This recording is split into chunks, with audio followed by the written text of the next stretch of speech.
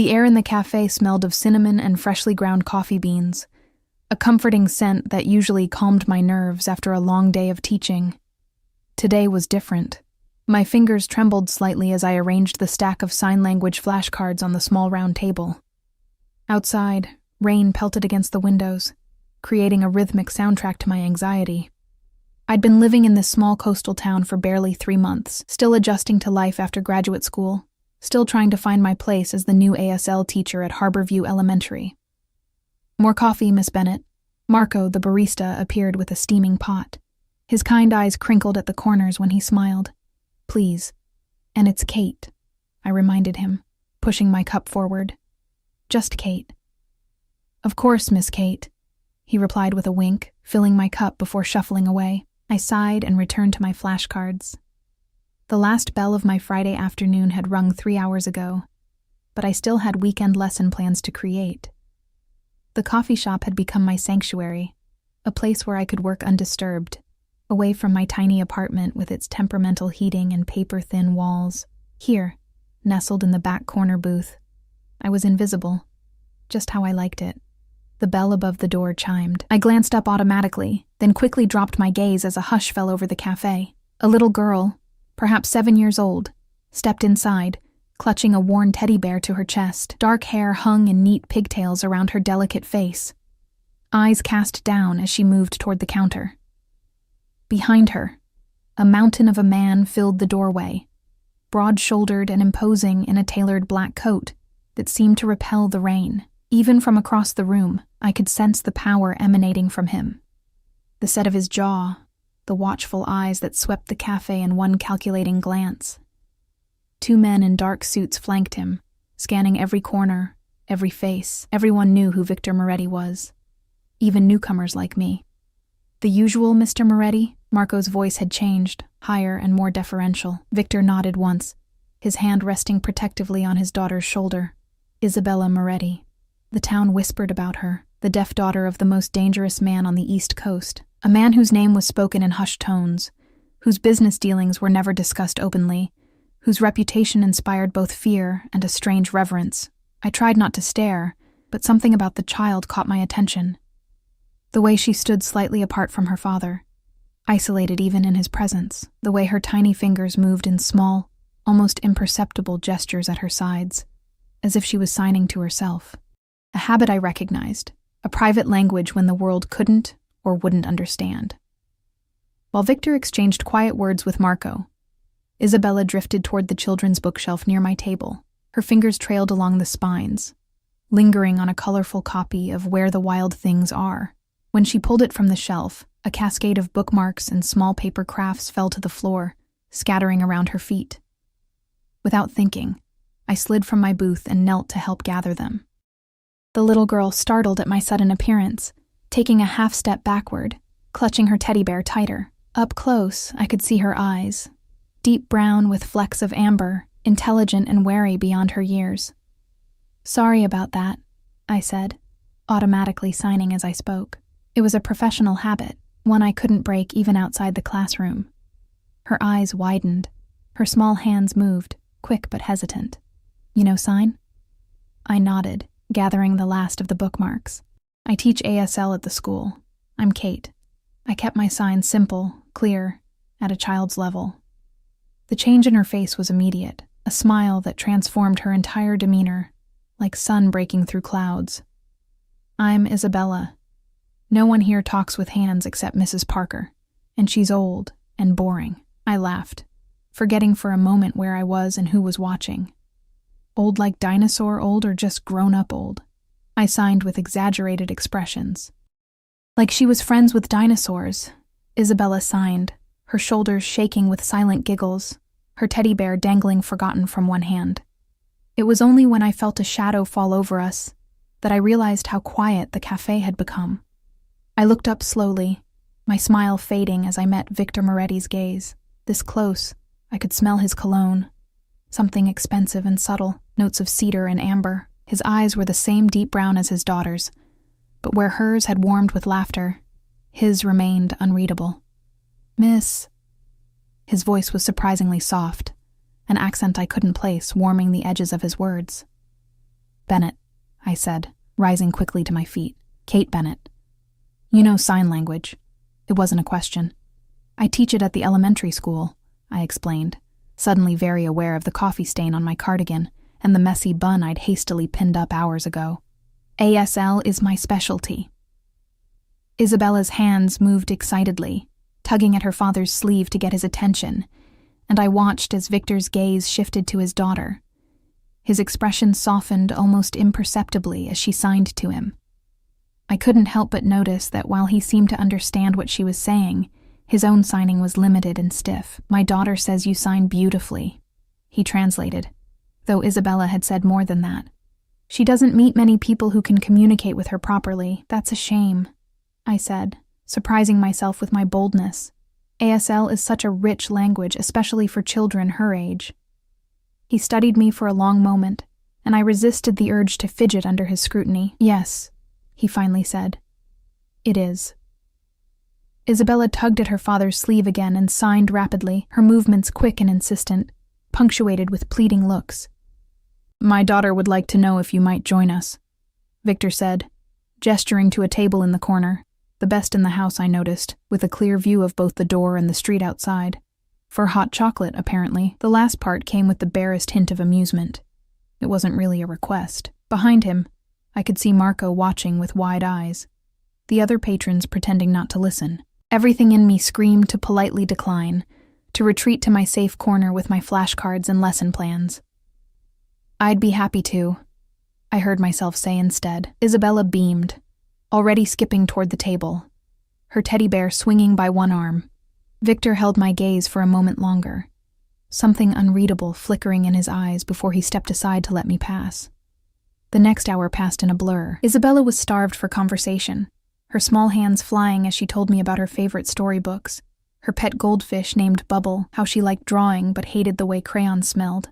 I responded in kind, sharing stories about my deaf uncle who had inspired my career, how I made special picture-based flashcards for my youngest students, my collection of stuffed elephants that started when I was about her age. Throughout it all, Victor watched. He sat slightly apart, one leg crossed over the other, his coffee untouched. His men stood nearby, their presence a constant reminder of who he was. Occasionally, Isabella would turn to include her father in our conversation, and he would nod or offer a brief response, but mostly he observed with those dark, assessing eyes. Miss Bennett, he said during a lull as Isabella carefully colored a paper napkin with crayons Marco had brought over. You mentioned you're new to Harborview. 3 months, I confirmed, suddenly self-conscious again. I moved here after finishing my master's program. And how are you finding our little town? I searched for a diplomatic answer. Quieter than I'm used to. A smile tugged at the corner of his mouth. That's one way to put it. Isabella signed something to her father, too quick for me to catch. His expression darkened momentarily before smoothing into careful neutrality. My daughter says your hands make pretty stories, he translated, though again, I suspected she had said more. She has had difficulties with previous tutors. I looked at Isabella, who rolled her eyes dramatically, a surprisingly adult gesture from such a small child. They talk slow like I'm a baby, she signed directly to me. Just because I can't hear doesn't mean I can't understand. People fear what they don't understand. I signed back, simplifying my language for her. Their loss, not yours. She smiled, then glanced at her father. Daddy is learning signs, but he's so slow, and his hands are too big. I bit my lip to keep from smiling, very aware that Victor was watching our exchange closely. I wondered how much he understood. Isabella is very bright, I said aloud, choosing my words carefully. Sometimes the most intelligent children are the most frustrated when adults underestimate them. Indeed. Victor checked his watch. Platinum, I noticed, probably worth more than my yearly salary. We should be going, Isabella. You have violin at 5. She sighed but nodded, gathering her crayons and carefully folded paper napkin artwork. Before standing, she signed quickly to me. Will you be here tomorrow? Same time? I hesitated, glancing at Victor. His face revealed nothing, but there was something in the intensity of his gaze that made my heart beat faster. "If your father doesn't object," I said cautiously. Victor considered me for a long moment. "My daughter has few friends," he said finally. "She seems to have taken a liking to you, Miss Bennett." "Kate," I corrected automatically, then wished I hadn't. "Kate," he repeated, my name sounding somehow different in his mouth. "Perhaps you would consider a more formal arrangement. Isabella's current ASL tutor is, as my daughter pointed out, somewhat behind the times." "Oh, I faltered, caught off guard. "I already have a full teaching schedule. I'm sure we could come to an arrangement that would compensate you adequately for your time." The way he said it made it clear that money was no object. "Say, Tuesday and Thursday evenings? At our home." Isabella was watching me hopefully, clutching her teddy bear to her chest again.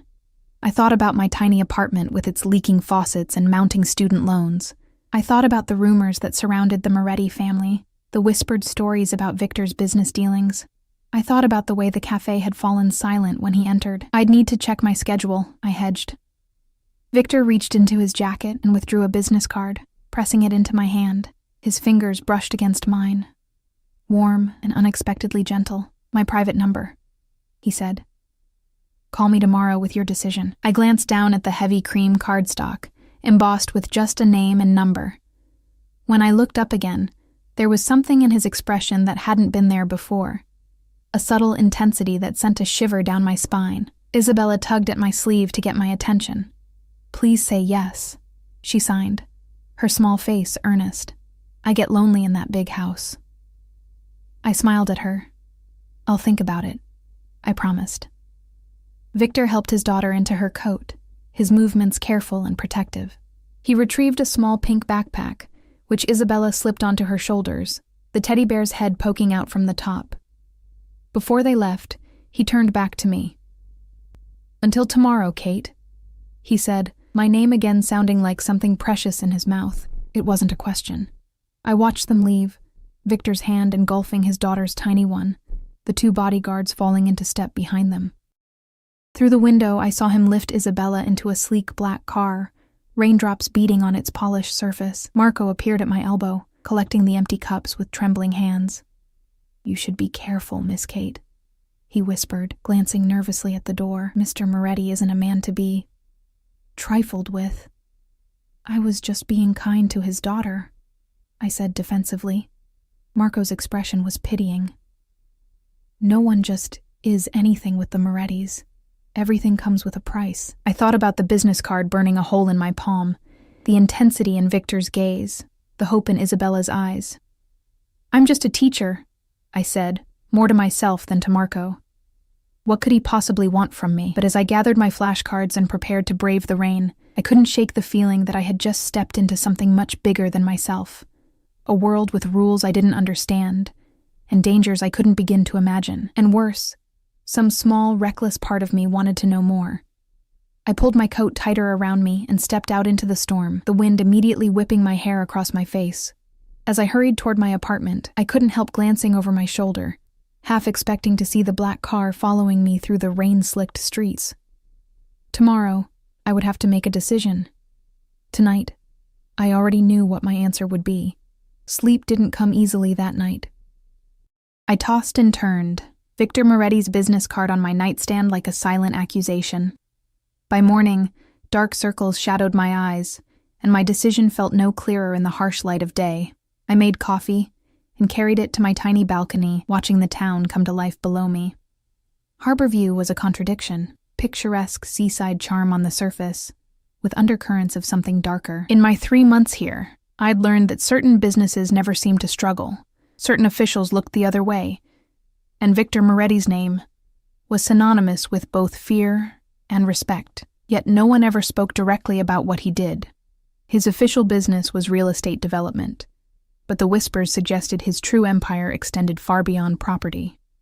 I ran my thumb over the embossed lettering on his card.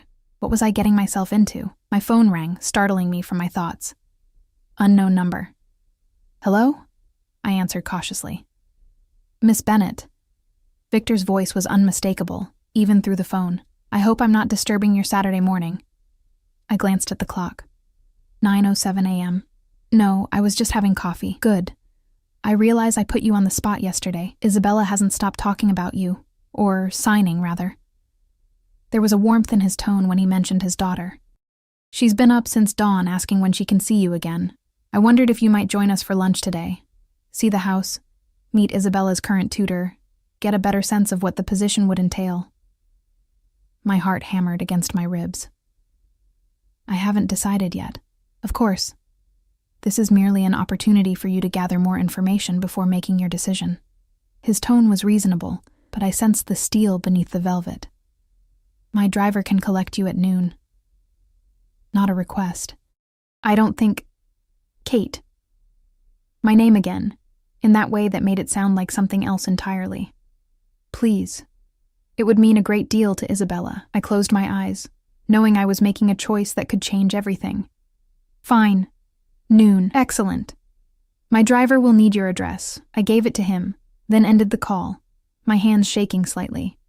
What had I just agreed to?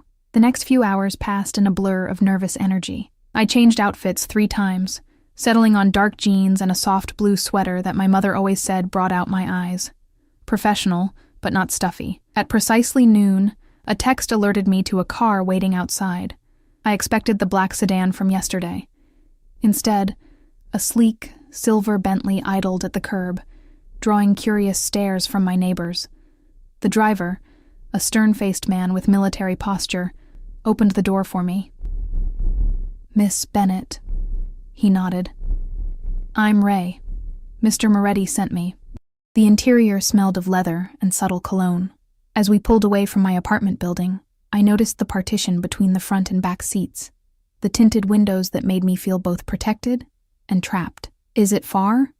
I asked, trying to break the silence. About 20 minutes, Ray answered, eyes on the road. Mr. Moretti's estate is just outside town. Estate, of course. We drove along the coast before turning onto a private road that wound uphill through dense pines. The trees eventually gave way to manicured grounds, and my breath caught as the house came into view. House was an understatement. The Moretti residence was a sprawling stone mansion overlooking the ocean, with floor-to-ceiling windows that caught the midday sun. Ray pulled up to the entrance, where Victor himself waited on the steps.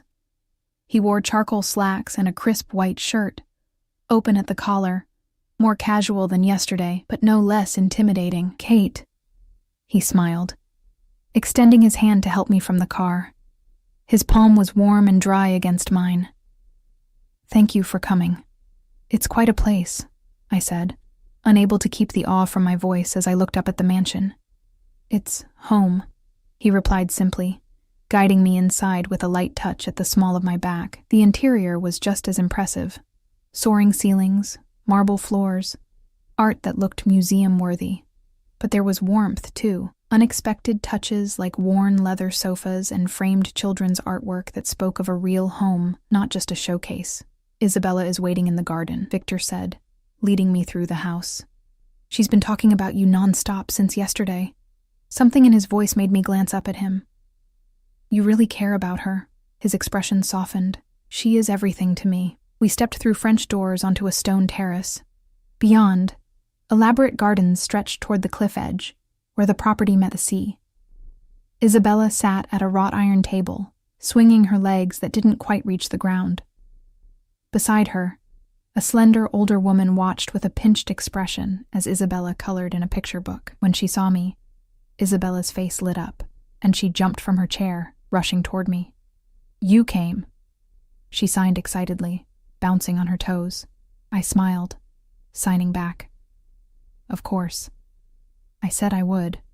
The older woman, who I assumed was Mrs. Parker, the current tutor, regarded me with a mixture of curiosity and suspicion. Victor made the introductions, and I shook her hand, noticing how her eyes darted between Victor and me, something calculating in her gaze. Lunch was served on the terrace, chicken nuggets shaped like dinosaurs for Isabella, a light seafood salad for the adults. The conversation flowed more easily than I expected, with Isabella eagerly acting as a bridge between Mrs. Parker and me, her signing simple but expressive. Miss Bennett, Mrs. Parker said during a lull, I understand you're quite new to Harborview. Just 3 months, I confirmed. And you've come alone? No family in the area? Her tone was conversational, but her eyes were sharp. No, it's just me. My parents are in Ohio, and my brother's in Seattle. Brave girl, she murmured. Moving to a new place where you know no one. Victor, who had been relatively quiet, watching our exchange, finally spoke. Mrs. Parker, perhaps you could show Isabella the new picture books you mentioned earlier. I'd like to speak with Miss Bennett about the potential tutoring arrangement. The older woman's lips thinned, but she nodded, gesturing for Isabella to follow her. Isabella looked disappointed but obeyed, throwing me a quick sign before leaving. Don't let him scare you. He looks mean, but he's not. Once we were alone, Victor refilled my water glass. What do you think of my daughter, Kate? She's remarkable, I answered honestly. Intelligent, curious, frustrated by her limitations, or rather, the limitations others place on her. She's clearly starved for proper communication. He nodded slowly. And what do you think of me? The question caught me off guard. I don't know you, I hedged. But you've heard things, I'm sure. His eyes held mine, unflinching. Everyone in Harborview has. I swallowed hard. I try not to listen to gossip. Wise, he said, a hint of a smile playing at his lips. But in this case, some of it might be true. He leaned forward slightly. I am a businessman, Kate. Sometimes my business requires firm decisions. I have enemies. That's why Isabella lives such a sheltered life. She seems lonely, I ventured. She is. The admission seemed to cost him something. After her mother died, I became, perhaps, overly protective. How did her mother die? I asked before I could stop myself. His expression darkened. A car accident. When Isabella was 3, the same accident that took her hearing. I'm sorry, I said, meaning it. That must have been devastating for both of you. It was. He was silent for a moment, then continued. Isabella has had a series of tutors, companions, security personnel, but no one who truly connects with her. Until yesterday, when she met you. And I shifted uncomfortably under his intense gaze. Mr. Moretti. Victor, please. Victor, I amended, the name feeling strange on my tongue. I'm just an elementary school teacher. I'm not sure I'm qualified to... You're exactly what she needs, he interrupted. Someone who sees her, not her disability, not her last name, just her. The conviction in his voice was startling. And what about you? What do you need? The question hung between us, loaded with implications I hadn't intended. Victor's eyes darkened, and for a moment, the controlled businessman facade slipped, revealing something raw underneath. Peace of mind, he finally said. Knowing my daughter is happy, that she can communicate with someone who understands her world. I didn't entirely believe him, but I nodded. If I were to agree, we'd need clear boundaries, professional boundaries. Of course. His tone was smooth again, unreadable. I would come twice a week, as you suggested. Tuesdays and Thursdays. 2 hours each session. We would focus on age-appropriate ASL, reading skills, and building her confidence in communication. And your compensation? I named a figure slightly higher than my usual tutoring rate. Victor's eyebrow rose. Double it, he said dismissively. And I'll provide transportation to and from your apartment. I blinked, thrown by his generosity and the casual display of wealth. That's not necessary. It is to me. His tone brooked no argument. Isabella's safety is paramount, and by extension, now yours is too. A chill ran down my spine. What does that mean? Victor's expression was grave. It means that once you enter our lives, Kate Bennett, certain precautions become necessary. There are people who would use any connection to me or my family as leverage. You're scaring me, I admitted. Good, he said simply. Fear keeps people alert, but don't worry. No harm will come to you under my protection. Under his protection. The phrase echoed in my mind, both reassuring and alarming. I was about to respond when Isabella burst back onto the terrace, her face animated as she signed rapidly to her father. Can I show Kate my room, please? I want to show her my dollhouse. Victor's stern expression melted at his daughter's enthusiasm. If Miss Bennett has time, he replied, signing along with his words. though his movements were still awkward compared to Isabella's fluid grace. "I'd love to see it." I signed directly to Isabella, whose smile widened. She grabbed my hand, pulling me to my feet with surprising strength for such a small child. Victor watched us, something unreadable in his expression, as his daughter led me away. Isabella's bedroom was a little girl's paradise. A canopy bed with twinkling fairy lights, bookshelves filled with colorfully illustrated stories, and a dollhouse that was an exact replica of the mansion itself. Stuffed animals occupied every available surface, and a violin case rested carefully on a special stand. "This is my favorite," she signed, showing me a worn teddy bear. "His name is Mr. Whiskers. He's deaf like me." "Nice to meet you, Mr. Whiskers," I signed solemnly, shaking the bear's paw. Isabella giggled silently. "Daddy got me the dollhouse for my birthday. Look, there's even a tiny me." She pointed to a small doll with dark pigtails sitting at a miniature piano.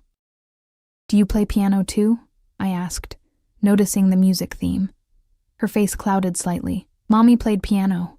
I play violin because I can feel the vibrations here." She touched her chest.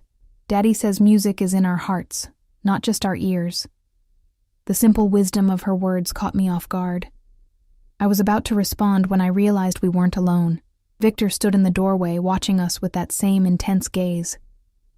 How long had he been there? Isabella noticed him too and signed something that made him chuckle, a deep, warm sound that transformed his face. "What did she say?"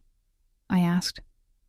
"She said I'm hovering like a helicopter," he translated, moving into the room. "Perhaps I am." "Daddy's afraid you'll run away if he doesn't watch you every second," Isabella signed cheekily. I felt heat rise to my cheeks. "I'm not going anywhere," I said, signing simultaneously. "At least not until we finish exploring this amazing dollhouse." Victor's phone buzzed, and his expression darkened as he read the message. "I'm afraid I need to take care of something," he said, his tone shifting to something colder.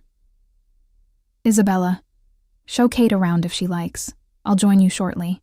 He left with purposeful strides, already dialing a number. Isabella rolled her eyes. "Daddy's phone is always ringing," she signed with the dramatic exasperation only a child could muster. "Always working, working, working. Important man?" I signed back, raising my eyebrows questioningly. She hesitated, then signed, "Scary man to bad people, but good daddy to me." I nodded, unsure how to respond to that honest assessment. Isabella's hands moved again. "So, will you be my teacher?" Looking into her hopeful eyes, I knew I couldn't refuse. Despite the warnings, despite the rumors about her father, despite my own better judgment, I nodded. "Yes," I signed. "I'll be your teacher." Her joy was radiant, and she threw her arms around me in an impulsive hug. Over her shoulder, I saw Victor had returned to the doorway. Our eyes met, and something passed between us, an understanding, an acknowledgement of the invisible thread that now connected us. I had just entered the Moretti world. I had no idea how deeply I would become entangled in it, or how impossible it would become to leave. That Tuesday, I arrived for my first official session with Isabella. Ray picked me up in the now familiar Bentley, and I noticed something different, a small but unmistakable bulge beneath his jacket, a gun. The realization sent ice through my veins, making the dangers Victor had hinted at suddenly very real. At the mansion, Isabella waited eagerly in a sunny room that had been set up as a child-friendly learning space, complete with a small table and chairs, colorful posters of the ASL alphabet, and shelves of picture books. For 2 hours, we worked on storytelling in ASL, acting out The Three Little Wolves and the Big Bad Pig, a twist on the classic that had Isabella dissolving into silent giggles. Victor appeared briefly, watching our interaction with evident satisfaction before excusing himself for business calls. As Ray drove me home afterward, I noticed him taking an unusual route, doubling back several times. When I questioned him, his answer was chilling. "Making sure we're not followed, Miss Bennett." Standard procedure. I sank back into the leather seat, reality crashing down around me. What had I gotten myself into, and why, despite everything, was I so eager to return on Thursday to see those small hands fly in conversation and that innocent face light up with understanding? The weeks fell into a rhythm. Twice a week, Ray would collect me in the Bentley, and for 2 precious hours, Isabella and I would dive into a world of language and imagination. She was a brilliant child, eager to learn, quick to grasp new concepts, endlessly curious. We moved beyond formal lessons into genuine friendship, our hands flying in conversations that ranged from fairy tales to the names she'd given all 27 of her stuffed animals. Victor remained an enigmatic presence on the periphery of these sessions. Sometimes he would observe silently from the doorway.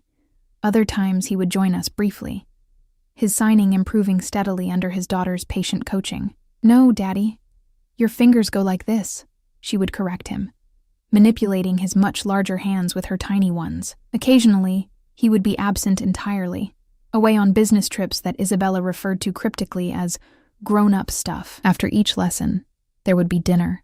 Chicken fingers and carrot sticks cut into stars for Isabella, elaborate meals for the adults served in the formal dining room where I felt perpetually underdressed, despite upgrading my wardrobe with my generous tutoring fees. Victor always insisted I stay, and I found it increasingly difficult to refuse, not because I feared his reaction, but because I craved these glimpses into their world. Isabella's animated stories, the rare moments when Victor's guard lowered, and I caught glimpses of the man beneath the fearsome reputation. It was during the 3rd week that things began to shift. I was teaching Isabella about poetry in ASL, how rhythm and movement could make a simple nursery rhyme come alive. When I felt Victor's presence, I glanced up to find him watching us from the doorway, his expression unusually soft. "Don't stop on my account," he said, entering the room. "It's beautiful to watch." Isabella beamed at her father's praise. "Kate is teaching me to sign Twinkle, Twinkle, Little Star," she explained, her fingers dancing through the air. Victor took a seat across from us. "Show me," he requested. I hesitated, suddenly self-conscious. "It's meant for children, please," he insisted gently. Taking a deep breath, I began to sign the simple rhyme, my movements flowing from one phrase to the next, fingers twinkling like stars, hands rising and falling with the melody that Isabella could not hear but could feel, through the rhythm of the signs. When I finished, Isabella clapped her hands excitedly. Victor's eyes hadn't left my face. "Remarkable," he murmured.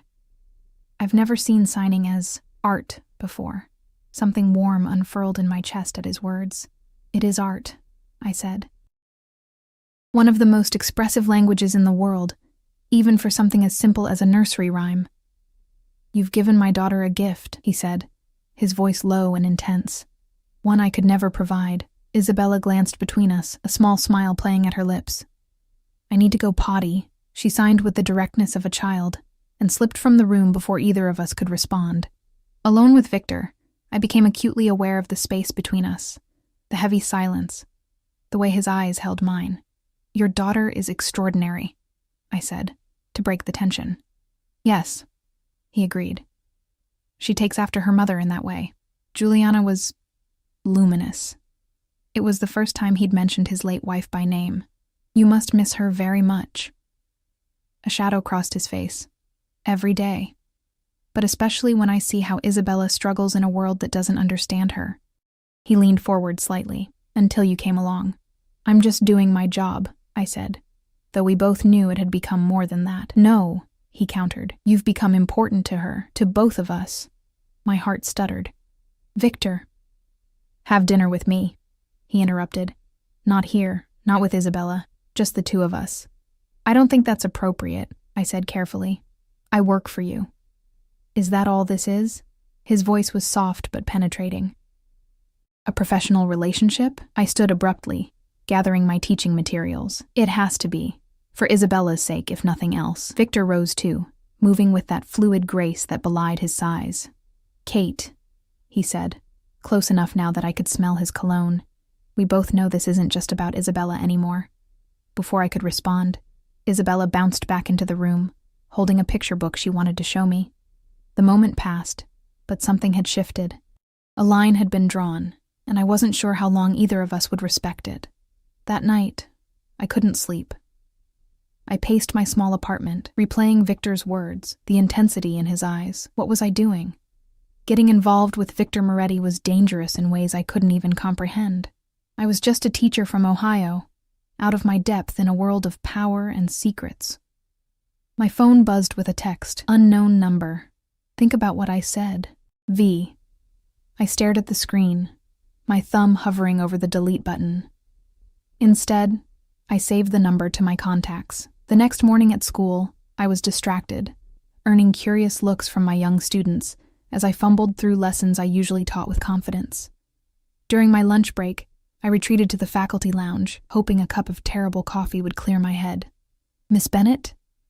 I looked up to find Principal Harris in the doorway, his expression uncomfortable. Could I see you in my office? My stomach dropped. Had someone seen me getting into Victor's car? Was my tutoring job somehow against school policy? In his office, Principal Harris closed the door carefully before speaking.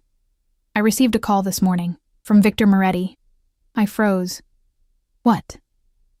He's made a substantial donation to our special education department, specifically for ASL resources.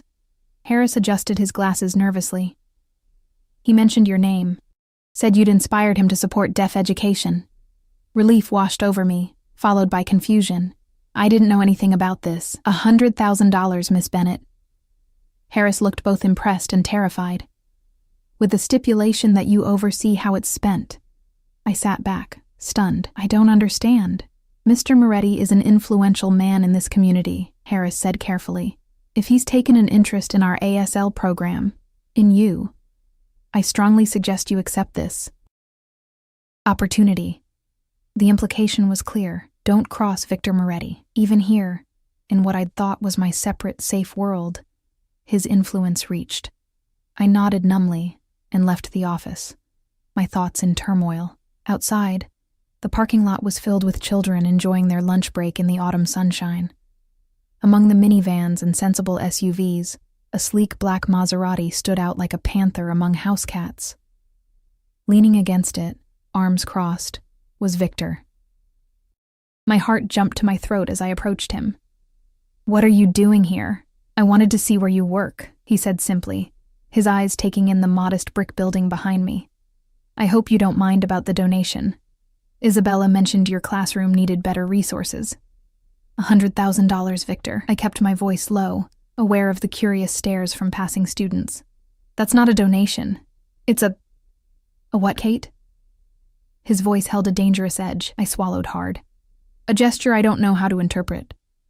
His expression softened marginally. "Then let me be clear. I want to support your work here because it matters to Isabella, and because it matters to you. And last night?" I challenged. "What was that about?" Victor glanced around, then opened the passenger door of his car. "Get in. Please. Just for a moment." Against my better judgment, I slid into the butter-soft leather seat. Victor joined me, closing the door to seal us in a bubble of privacy, the tinted windows shielding us from prying eyes. "Last night," he began, his voice low and intent, "was about the fact that I haven't been able to stop thinking about you since the moment you knelt to help my daughter in that cafe." He turned to face me fully. "I know it's complicated. I know who I am makes it even more so. But I'm not a man who denies himself what he wants, Kate." My pulse raced. "And you want me?" "Yes." The single word held such conviction it stole my breath. "But I need you to want this too, freely, without pressure." I laughed, a short, disbelieving sound. "How is that possible? You're my employer. You've just donated a fortune to my school. The power imbalance here is—" "Then quit," he interrupted. "Stop tutoring Isabella. I'll withdraw the donation, level the playing field. And hurt your daughter in the process?" I shook my head. "I won't do that." Victor studied me, something like admiration in his gaze. "That's why I—" He stopped himself. "That's why you're different. You put her first." The air between us felt charged, heavy with unspoken words. Victor reached out, his fingers brushing a strand of hair from my face with surprising gentleness. "One dinner," he said softly, "away from Harborview, where no one knows us. No expectations, no pressure. Just dinner." I should have said no. Everything in me knew that crossing this line would change my life irrevocably. But the truth was, It had already changed the moment I'd knelt to help Isabella with those fallen bookmarks. One dinner, I agreed. But I drive myself, and Isabella can never know. A slow smile spread across his face, transforming his features. Friday. I'll text you the details. I nodded and reached for the door handle. Before I could exit, Victor's hand covered mine. Kate, he said, his voice a low rumble. Thank you. For what? I wasn't sure. For agreeing to dinner? For tutoring his daughter? For seeing him as more than the dangerous man everyone whispered about? Perhaps all of those things. I slipped out of the car and hurried back toward the school building, feeling his eyes on me until I disappeared inside. Friday arrived with a mixture of anticipation and dread churning in my stomach. Victor's text had been cryptic. An address in Portland, an hour away, and a time, 8 p.m. I'd agonized over what to wear before settling on a simple black dress that had hung unworn in my closet since graduate school. The drive to Portland gave me time to reconsider, to turn around, to make the sensible choice. I didn't. The address led me to a discreet restaurant tucked away on a side street, the kind of place with no sign, just a numbered door and a well-dressed doorman who asked for my name. Catherine Bennett, I said, using my full name, wondering if I'd be on the list. The doorman nodded immediately. Mr. Moretti is waiting for you. The interior was intimate. Dark wood, soft lighting, well-spaced tables ensuring privacy. Victor rose as I approached, and for a moment I saw him through fresh eyes. Away from his mansion, away from his security detail, dressed in a perfectly tailored charcoal suit, he looked less like a mafia boss and more like what he pretended to be. A successful businessman with old-world charm. You came, he said, taking my hand and pressing a kiss to my knuckles in a gesture that would have seemed affected from anyone else. I said I would. I slid into the seat he held for me. Though I'm still not sure this is a good idea. The best ideas rarely are. Victor signaled for wine. You look beautiful, Kate. The evening unfolded with surprising ease. Victor was an attentive listener, drawing out stories of my childhood in Ohio, my deaf uncle who'd inspired my career, my dreams for the future. In turn, he shared carefully edited tales of growing up in a traditional Italian family in Boston, his early business ventures, the whirlwind romance with Juliana. She was a concert pianist, he told me, swirling the ruby liquid in his glass. The first time I saw her, she was playing Chopin at a charity event I had no interest in attending. I stayed until the very end, just to meet her. How romantic, I said, meaning it. I was a different man then, Victor admitted. Younger, more impetuous. And now? His eyes met mine over the rim of his glass. Now I know exactly what I want, and I'm willing to wait for it. The implications of his words hung between us, charged with possibility. Our conversation drifted to safer topics. Isabella's progress, her upcoming 7th birthday, her dream of getting a puppy that Victor was reluctant to fulfill. I told her maybe when she's older, he sighed. She signed back that I always say that about everything. I laughed. She has your stubbornness, that's for sure. By the time dessert arrived, I had almost forgotten who he was, what he did, the warnings that followed his name like shadows. Almost. Until his phone buzzed, and the mask slipped. He glanced at the screen, and his expression hardened into something cold and dangerous. "Excuse me for a moment," he said, his voice tight as he rose from the table. I watched him step outside, his back rigid, gesturing sharply as he spoke to someone on the phone. Through the window, I could see the transformation, from the charming dinner companion to the man whose name made people lower their voices in fear. When he returned, the chill hadn't entirely left his eyes. "I apologize for the interruption," he said, his accent thicker than before. "Business that couldn't wait." "Is everything all right?" I asked cautiously. "It will be." The certainty in his tone sent a shiver down my spine. "Don't worry." But I did worry. In that moment, reality crashed back. Who he was, who I was, the gulf between our worlds. "I should go," I said, placing my napkin beside my half-eaten dessert. Victor studied. "It's getting late," understanding dawning in his eyes. "You saw it, didn't you? The other side of me. I didn't deny it. I'm not naive, Victor. I know your business isn't just real estate. And does that frighten you? He asked, his voice soft but intense. Yes, I admitted. It should frighten anyone with sense. He reached across the table, taking my hand in his. His palm was warm, strong, the fingers that traced circles on my wrist both gentle and possessive. I would never let that part of my life touch you, Kate. Or Isabella. Everything I do to keep us safe. Us. As if I was already part of his carefully guarded inner circle. I need to think, I said, pulling my hand away. This is complicated. Victor nodded, accepting my retreat with surprising grace. I understand. Take all the time you need. He signaled for the check. May I at least walk you to your car?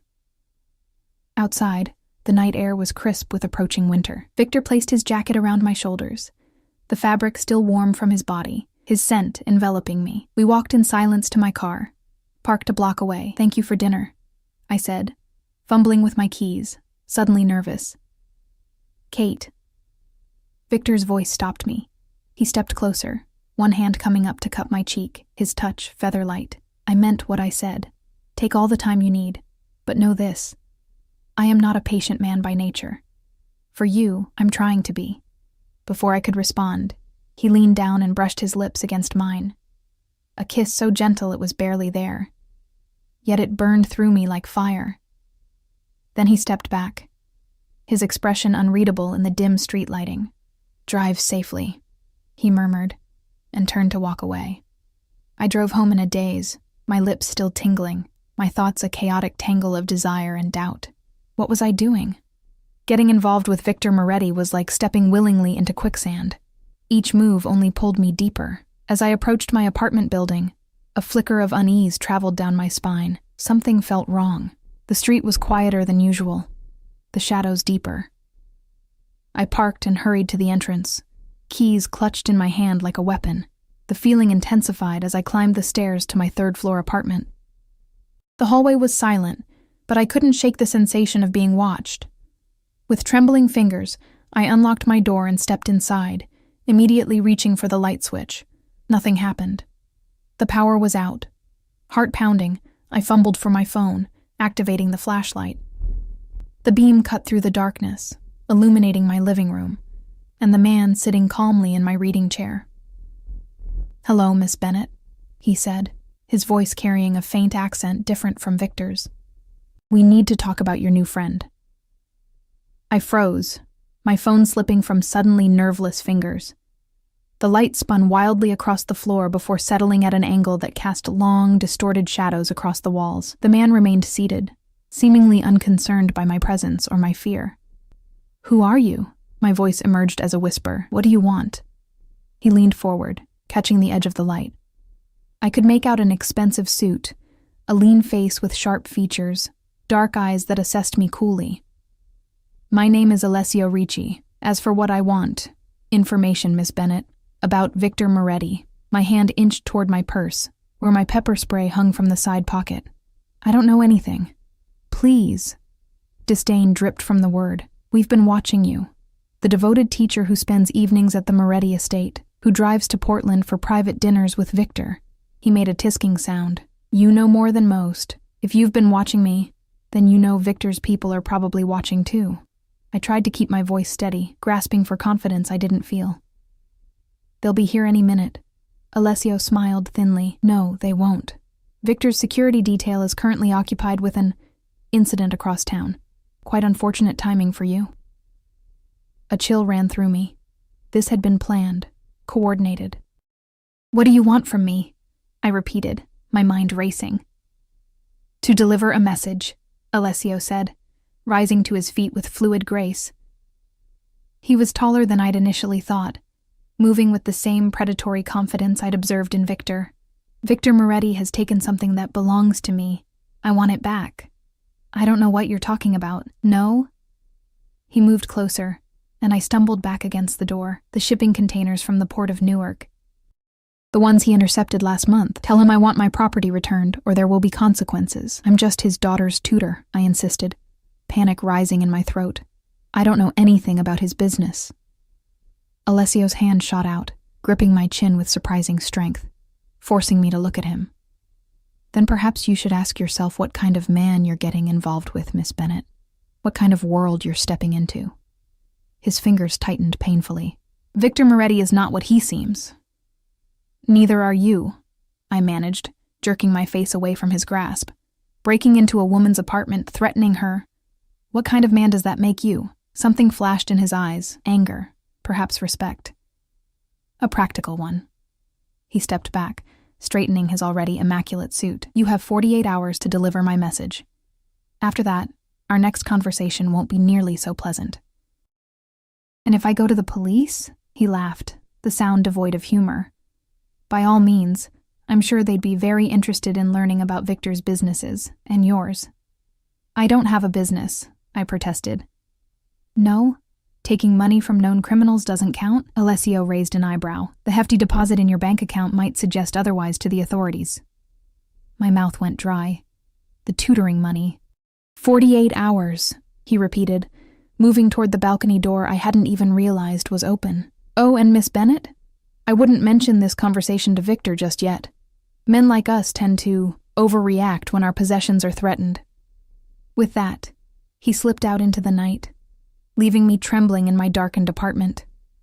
I spent the next hour checking locks, peering out windows, jumping at every sound. Eventually, the power flickered back on, cut deliberately, I now realized, to facilitate Alessio's entrance. I considered calling the police, but what would I say? That a man had threatened me on behalf of a rival criminal organization? That I was somehow caught between warring factions I knew nothing about? Instead, I called the one person I could think of. Ray, I said when he answered. It's Kate Bennett. I need to talk to Victor. There was a pause. It's nearly midnight, Miss Bennett. It's important, I insisted. Please. Another pause. I'll see if he's available. 10 minutes later, my phone rang. Kate? Victor's voice was alert, concerned. What's wrong? I opened my mouth to tell him everything, then hesitated, remembering Alessio's warning. I think someone broke into my apartment. Are you hurt? The question was sharp, urgent. No, I'm fine. Nothing seems to be missing. The power was out when I got home, but it's back on now. I'm sending Ray to you. Right now. Pack a bag. What? No, I don't. This isn't a discussion. Victor cut me off, his tone brooking no argument. You're not staying there tonight, or any night until I've had the place secured. Victor, that's not necessary. Kate. My name was a command, a plea. Please. I closed my eyes, torn between relief at not having to spend the night alone and fear of being drawn deeper into Victor's world. Where would I go? To the house. We have plenty of room. His voice softened. Isabella will be delighted to have you so close. Isabella. I hadn't even considered how this might affect her, how my growing involvement with her father might change our relationship. Okay, I agreed finally. Just for tonight. Ray will be there in 20 minutes. True to his word, Ray arrived promptly, his expression grim as he escorted me to the waiting car, eyes constantly scanning the street. This time, I noticed the gun openly holstered beneath his jacket. Mr. Moretti is waiting for you, he said as we pulled away from my apartment building. The drive to the Moretti estate passed in tense silence. I stared out the window at the darkened landscape, wondering how my life had changed so dramatically in such a short time. 6 weeks ago, I'd been a normal elementary school teacher, my biggest concern whether my students would master fingerspelling. Now, I was being whisked away in the middle of the night by a Mafia boss's security detail after being threatened by his rival. Victor met us at the door, his face tight with controlled anger. Are you all right? He asked, taking my overnight bag from Ray and dismissing him with a nod. I'm fine, I insisted, just rattled. He guided me inside with a gentle hand at the small of my back. The house was quiet, most of the lights dimmed for the night. Everyone's asleep, he explained, leading me upstairs. Including Isabella. We can talk in my study.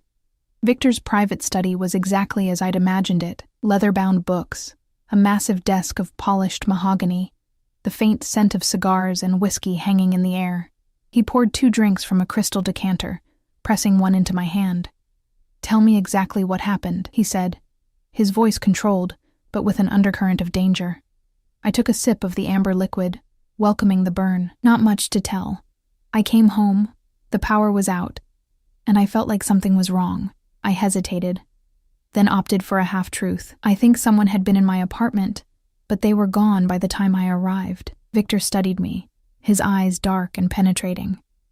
"You're not telling me everything." "I'm tired," I deflected. "It's been a long day." He took a step closer, one hand coming up to cup my cheek. "Kate," he said softly, "if someone threatened you because of your connection to me, I need to know." I pulled away, moving to the window that overlooked the moonlit gardens. "What exactly do you do, Victor? And don't say real estate." There was a long silence. When I turned back, his expression had closed, becoming the mask I recognized from our first meeting. "My business is complicated," he said carefully. "Is it illegal?" Another pause. "Some aspects exist in gray areas." "Gray enough that men might break into my apartment?" I challenged. "Gray enough that your 7-year-old daughter needs armed guards to go to the park?" "The world is dangerous, Kate," Victor said, his voice hardening. "I do what's necessary to protect what's mine." "I'm not yours," I shot back. Something flashed in his eyes. Possessiveness, determination. "Aren't you?" The question hung between us, loaded with implications. Before I could respond, Victor closed the distance between us in 2 swift strides. This time, there was nothing gentle about his kiss. It was demanding, consuming, his hands tangling in my hair, his body pressing mine against the window. And God help me, I kissed him back with equal fervor. Weeks of tension and attraction exploding between us. When we finally broke apart, both breathing hard, Victor rested his forehead against mine. "I want you to stay," he murmured. "Not just tonight. Here, with us, where I can keep you safe." "I can't just abandon my life," I protested, though the words lacked conviction. "My job, my apartment. Why not?" His hands framed my face, his gaze intense. "What's keeping you there, Kate? A rented apartment? A job where you're underpaid and underappreciated?" "It's my life," I insisted. "I built it myself." "Build a new one," Victor urged. "Here, with Isabella." A pause. "With me." The offer was tempting, more than tempting, but something held me back. "I need to know the truth first, about what you do, about who you are." Victor stepped away, running a hand through his hair in a rare gesture of frustration. "Some truths are dangerous, Kate." "So is ignorance," I countered. "I'm already involved, whether you tell me or not. I deserve to know what I'm walking into." He studied me for a long moment, then nodded once. "Very well. But not tonight. Tomorrow, after you've rested. I'll show you what you want to know." It was more than I'd expected. "Thank you."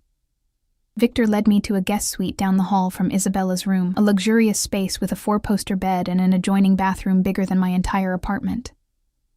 "Try to sleep," he said, lingering in the doorway. "We'll talk in the morning." After he left, I sat on the edge of the bed, my head spinning. 48 hours, Alessio had said.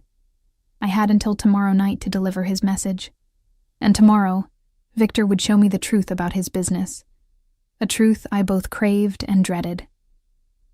Sleep came fitfully, haunted by dreams of shadowed men and veiled threats. I woke to sunlight streaming through unfamiliar windows and the sound of eager knocking at my door.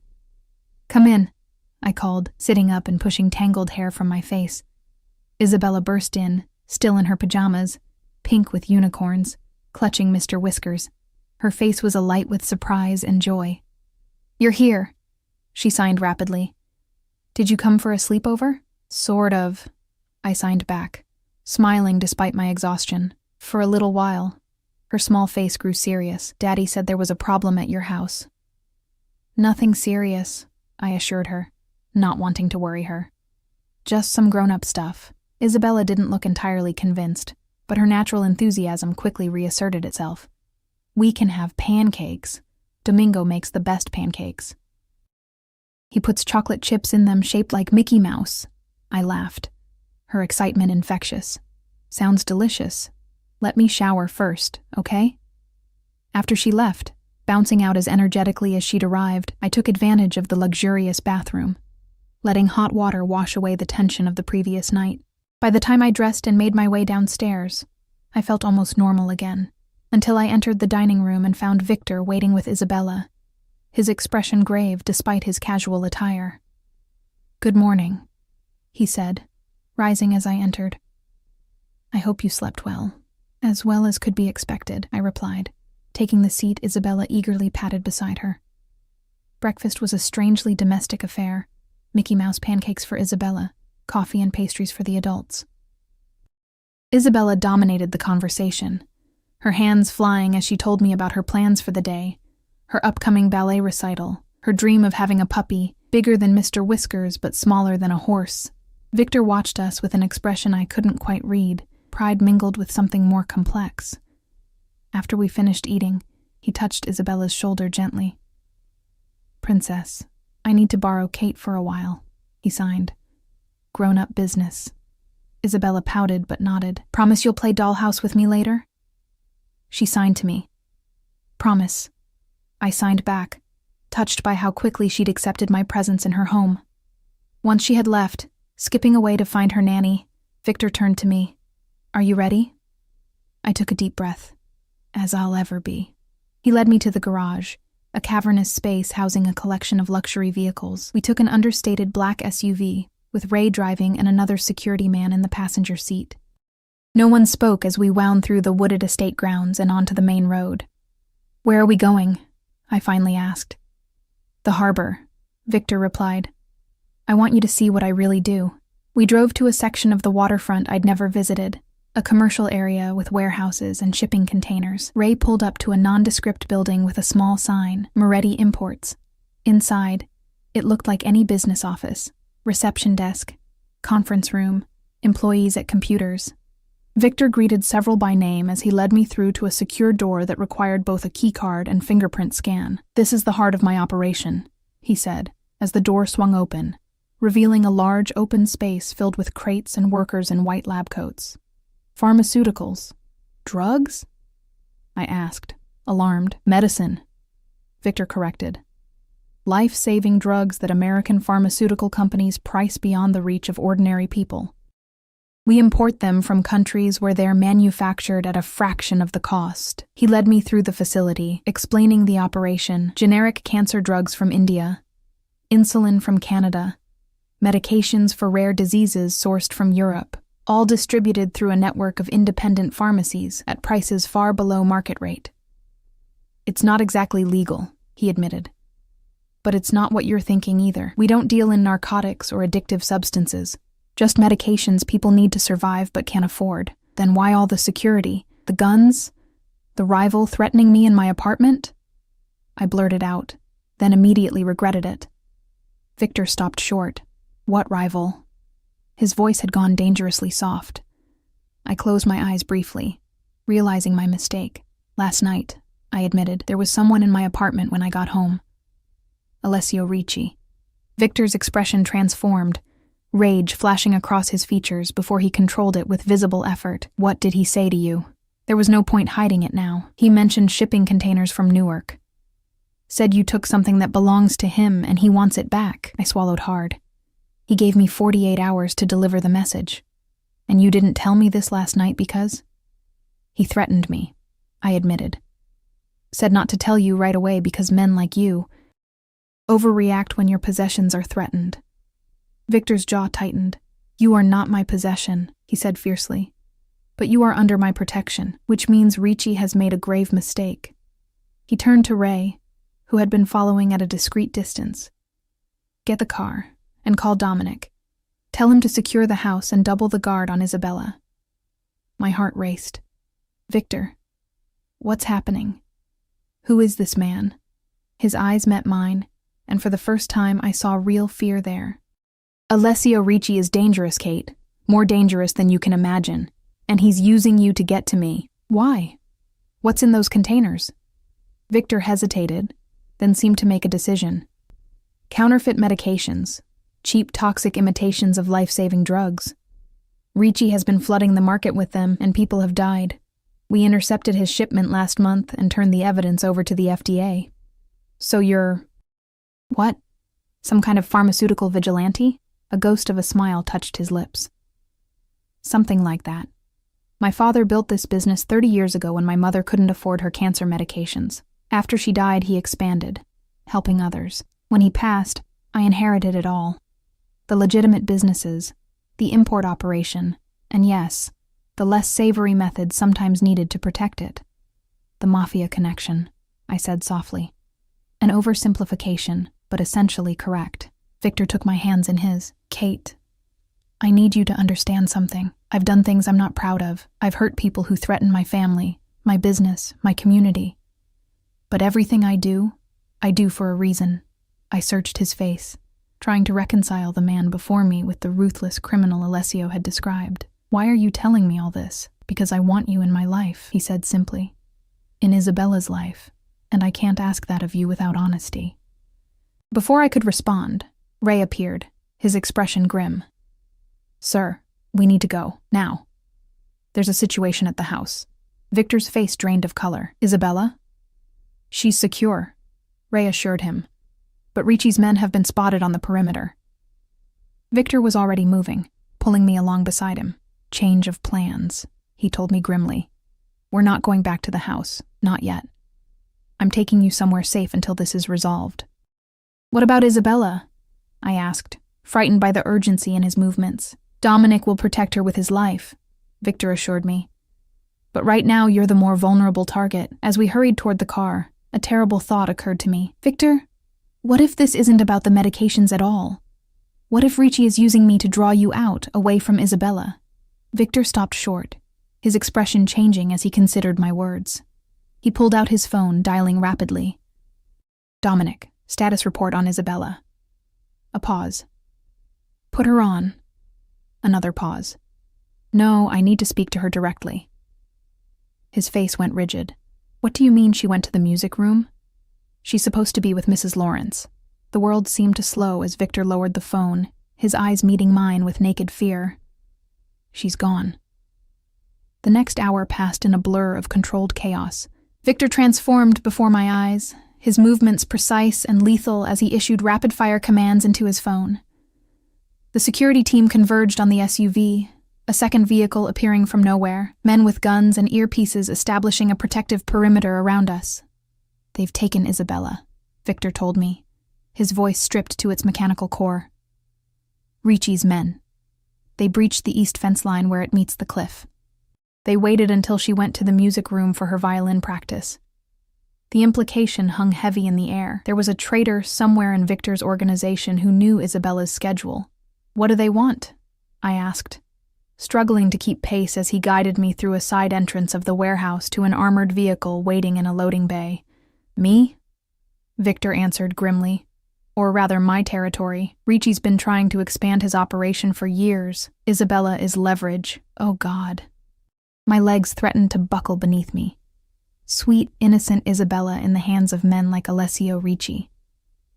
The image of that small child, unable to hear the danger around her, terrified and confused, was unbearable. Victor's hand gripped my elbow, steadying me. I'm going to get her back, he said with absolute conviction. But I need to know you're safe first. I'm coming with you, I insisted. Absolutely not. Victor. I grabbed his arm, forcing him to look at me. Isabella trusts me. She can't hear what's happening around her. She'll be terrified, disoriented. She needs a familiar face, someone who can communicate with her. His jaw worked as he considered my words. It's too dangerous. I'm already in danger, I countered. Let me help. She's just a little girl, Victor. She needs me. For a moment, I thought he would refuse. Then something shifted in his expression. Respect, resignation, determination. Stay close to me, he finally said. Do exactly as I tell you. If this goes wrong, it won't, I interrupted, with more confidence than I felt. Victor studied me for a long moment, then nodded once. Ray, change of plans. Miss Bennett is coming with us. Get her a vest. Minutes later, I found myself in a bulletproof vest that felt impossibly heavy, wedged between Victor and Ray in the backseat of the armored SUV. Victor's phone rang, and he answered immediately, putting it on speaker. "Moretti." Alessio's smooth voice filled the car. "I believe I have something precious of yours." Victor's knuckles whitened around the phone, but his voice remained controlled. "If you harm her, Ricci, I swear to God." "Your daughter is perfectly fine," Alessio cut him off. "For now.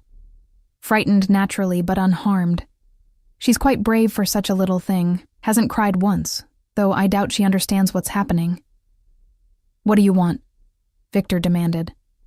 "A fair exchange. Your daughter for my shipment, plus a guarantee that you'll stay out of my territory, including the distribution networks you've been interfering with." "Where?" "The old cannery at the North Pier. 1 hour. Come alone." Victor laughed, a harsh sound devoid of humor. "You know that's not going to happen, Ricci." "Fine. Bring your usual security detail, but no police, no FBI contacts. I know you have them." A pause. "And bring the teacher. Your daughter keeps making these hand gestures we can't understand. Very frustrating for everyone involved." My blood ran cold. Victor's eyes met mine, his expression murderous. "If either of them is harmed," Victor said, his voice deadly quiet, "there won't be a place on this earth where you can hide from me." 1 hour, Alessio repeated and hung up. The car accelerated, merging onto the coastal highway. Victor turned to me, his expression grave. "This changes everything. He's using both of you now. At least we know Isabella is all right," I said, trying to sound braver than I felt. "For now." Victor's face was like granite. "Kate, I need to prepare you for what's about to happen. These men are dangerous. They won't hesitate to use you against me." "I understand," I said, though in truth I couldn't begin to comprehend the world I'd stumbled into. Victor took my hand, his grip firm. "When we get there, stay behind me at all times. If something happens to me, Ray will get you and Isabella out. No matter what you see or hear, your only priority is getting my daughter to safety." "What about you?" His smile was grim. "I can take care of myself." For the next 30 minutes, Victor transformed the SUV into a mobile command center, conferring with his security team, reviewing blueprints of the abandoned cannery, checking weapons with practiced efficiency. I watched in stunned silence, seeing a side of him I'd only glimpsed before, the tactician, the leader, the man who commanded fear and respect in equal measure. 5 minutes out, Ray announced as we turned onto a deserted industrial road that wound along the coastline. Victor tucked a gun into his waistband, then turned to me. "Last chance to stay in the car," he offered. I shook my head.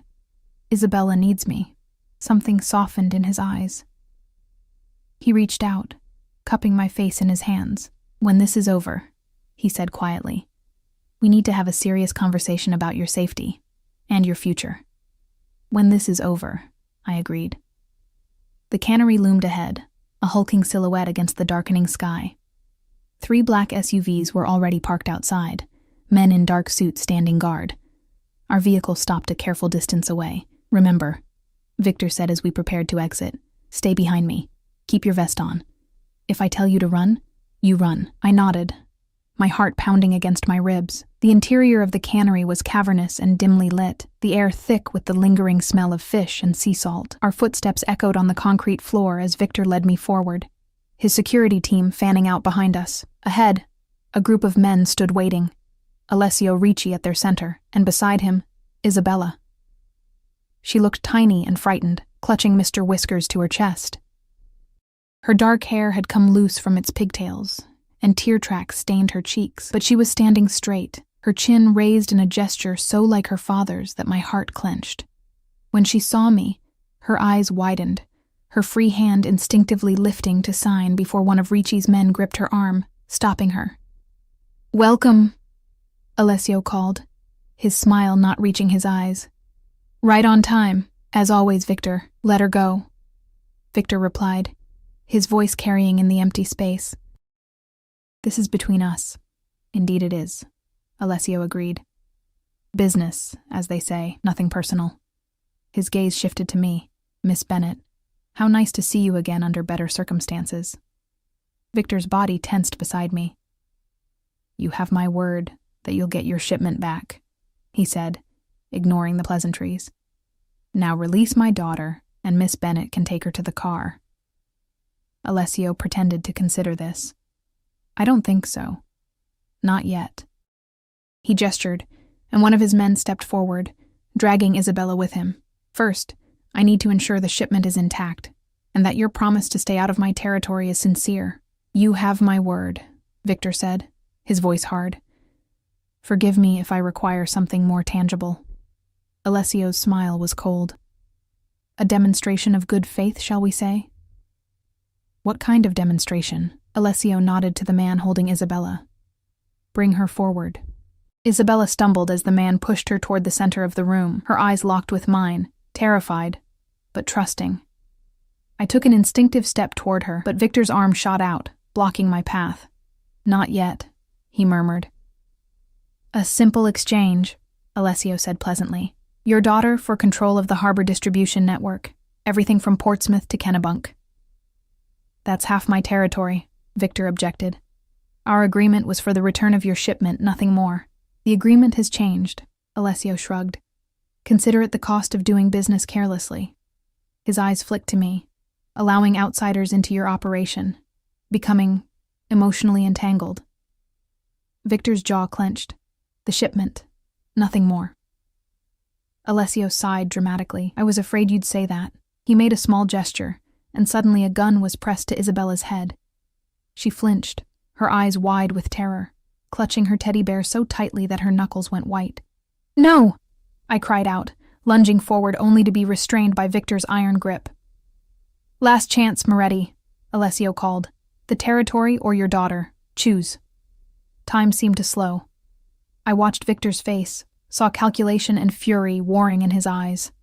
Then, almost imperceptibly, he nodded, not to Alessio, but to someone behind him. "I choose both," he said calmly. And all hell broke loose. Gunfire erupted from the shadows at the back of the cannery. Alessio's men scattered, seeking cover. The man holding Isabella hesitated for a critical second, long enough for Victor to draw his weapon and fire a single, precise shot.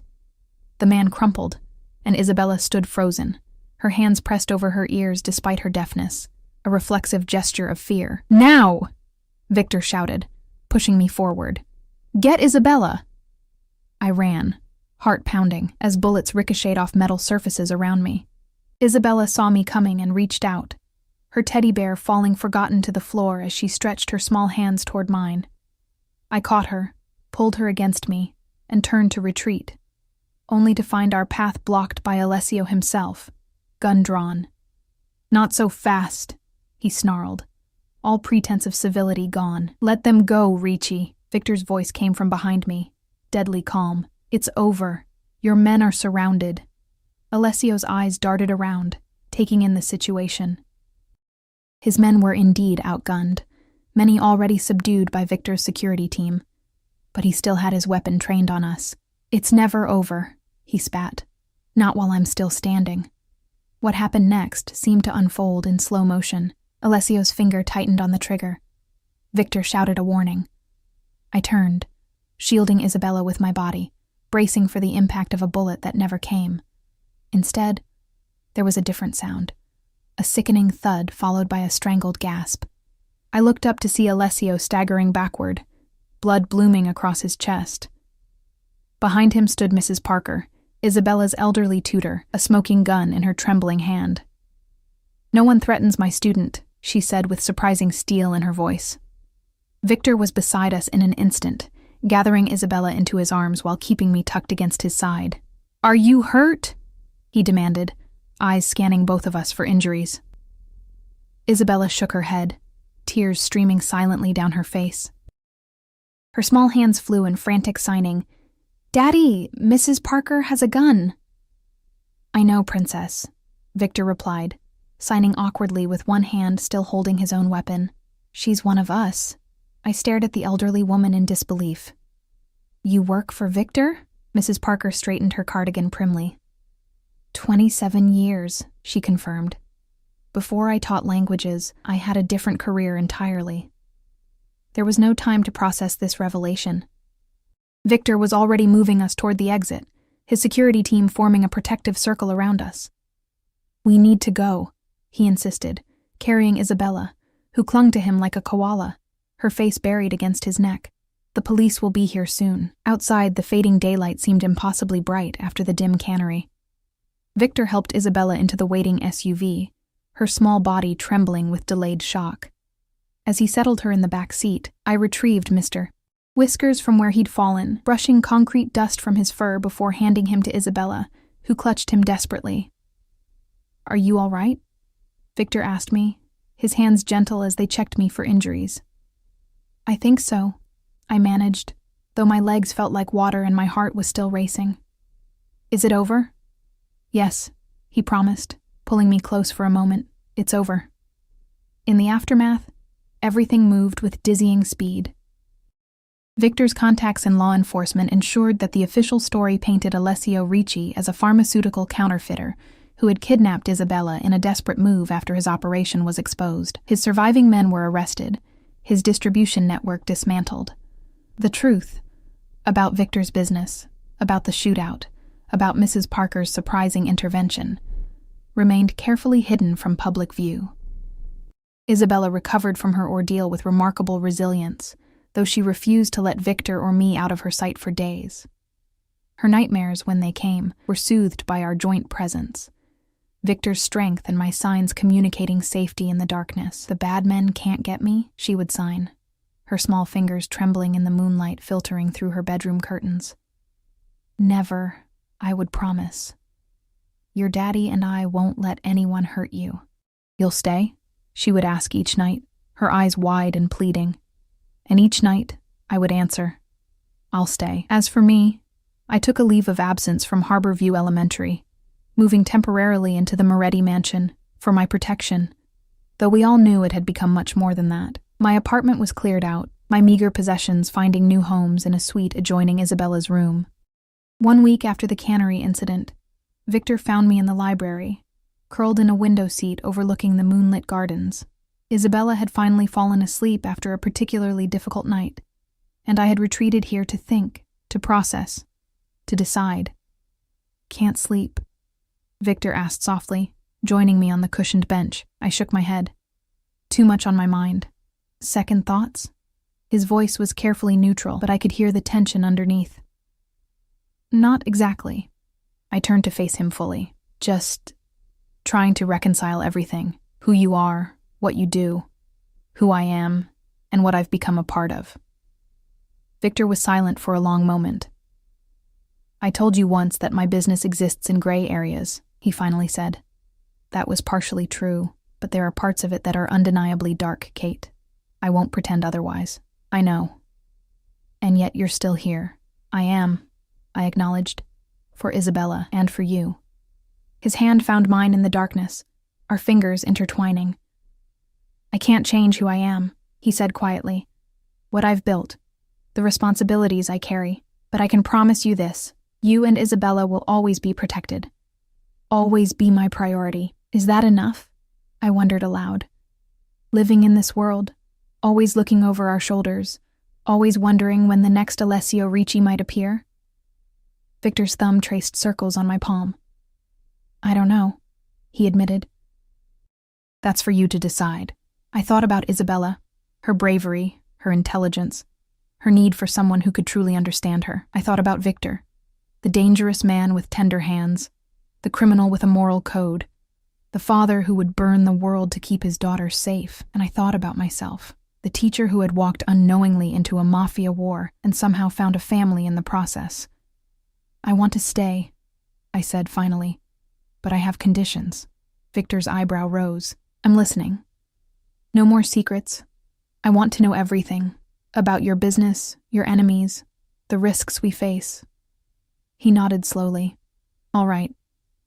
Isabella needs as normal a childhood as possible, real school eventually, not just tutors, friends her own age, with proper security," he qualified, though I could see it cost him. "And I go back to teaching," I continued. "Maybe not at Harborview, but somewhere. It's who I am, Victor. I can't lose that." He studied me in the moonlight. "Is that all?" I took a deep breath. "One more thing. If I'm going to be part of this family, really part of it, then I want it official. No more ambiguity. For the first time since I'd met him, Victor Moretti looked genuinely surprised. "Kate Bennett," he said slowly. "Are you proposing to me?" I laughed, the sound breaking the tension between us. "I'm saying that if you were planning to ask, I wouldn't say no." His smile was transformative, years falling away from his face as he pulled me into his arms. "I was planning to do this properly," he murmured against my hair. "With a ring, on one knee." "Since when have we done anything the conventional way?" I asked, tilting my face up to his. His kiss was gentle, a promise rather than a demand. When he pulled back, his eyes were serious again. "This life won't be easy, Kate. There will always be risks." "I know," I said simply. "But some things are worth the risk." 3 months later, Isabella stood beside me in the mansion's garden, her small hands moving gracefully as she signed her approval of the simple white dress I wore. "You look like a princess," she signed, her eyes bright with excitement. "Daddy's going to cry. I bet you $100. I'm not taking that bet." I signed back with a smile. "How do you feel about all this?" I asked, suddenly anxious. "Me joining your family officially." Her smile was radiant. "You've been my family since the day you talked to me with your hands when everyone else just stared." As Victor waited for me under an arch of white roses, his face solemn, but his eyes alight with a happiness I'd never seen before, I thought about the strange path that had led me here. From a chance encounter with a deaf child everyone avoided, to becoming the wife of the man everyone feared. Isabella stood between us during the ceremony, serving as both flower girl and ring bearer, her face serious with the responsibility. When it came time to exchange vows, Victor surprised me by signing his along with speaking them, his once awkward movements now fluid and confident after months of practice. Isabella beamed with pride at her father's progress, nodding encouragingly when he hesitated on the more complex signs. Life would never be simple. There would always be dangers lurking at the edges of our happiness, threats that would require Victor to step back into the darker aspects of his world. But there would also be this: Isabella flourishing in her new school where I'd helped establish a robust ASL program, her circle of friends growing as she gained confidence, the Children's Language Center I had founded with Victor's support, teaching infants and toddlers to sign before they could speak, and Victor himself, who continued to walk the line between legitimate businessman and something more complicated, but who now had a family that anchored him to his better nature. As he slipped the ring onto my finger and sealed our union with a kiss, I felt Isabella's small hand slip into mine, completing our circle. Victor lifted her into his arms, and she signed rapidly. "Now we're really a family, forever and ever and ever." Victor translated for the guests, his voice thick with emotion. But I didn't need the translation. I understood her perfectly, just as I had that first day in the cafe when a little girl dropped her bookmarks and I knelt to help her. Whatever came next, we would face it together. The teacher, the Mafia boss, and the deaf girl who had brought us both out of silence into a language all our own.